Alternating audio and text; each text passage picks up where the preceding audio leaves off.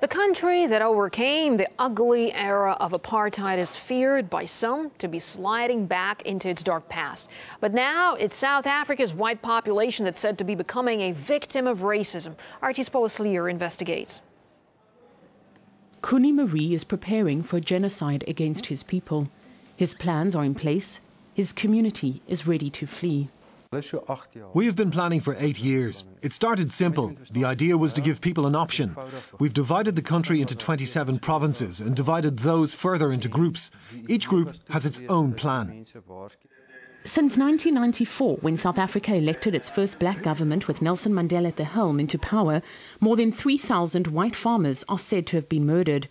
Relatives claim finding and prosecuting the culprits has never become a priority of the South African police.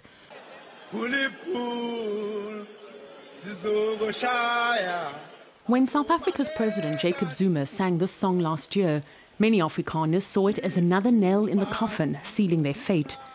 There are some 3 million Afrikaners who live across South Africa, descendants of primarily Northern Europeans who arrived in the country 3 to 4 centuries ago. Genocide Watch has said that right now we're at the stage, or level 6, where level 7 is when the actual killing starts. Gustav Muller and his team are afraid level 7 could start any moment.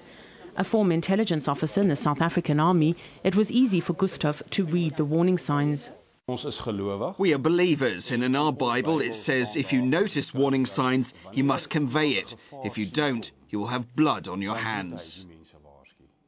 As head of the movement, Gustav has established a countrywide operation with more than 100 safe areas. The idea is that when the alert is given, people will be notified via SMS. Each will drive to a meeting point from where they will travel in convoy to pre-designated safe areas. One of the main centres is here, in South Africa's 4th oldest town, Graaff-Reinet. The death of Nelson Mandela is a risk scenario. He's a political icon, and his passing could see violence flaring up again. From legally sanctioned economic discrimination against whites to the farm murders targeting Afrikaners, the problems are only getting worse. According to the Saatlanders, as many as 800,000 white, mostly Afrikaans-speaking South Africans support their movement. Many have already begun collecting blankets and other emergency provisions. Wendy McFarlane is a mother who worries for her son's future. She joined the Saatlanders because it gives her some control over a situation she'd otherwise feel powerless about. If anarchy breaks out, there is a place I can go where I can be safe. I joined to give my son and myself a place to go. Like their forefathers, the Saatlanders vow to fight for their country. And while the South African government is aware of their efforts, it hasn't commented.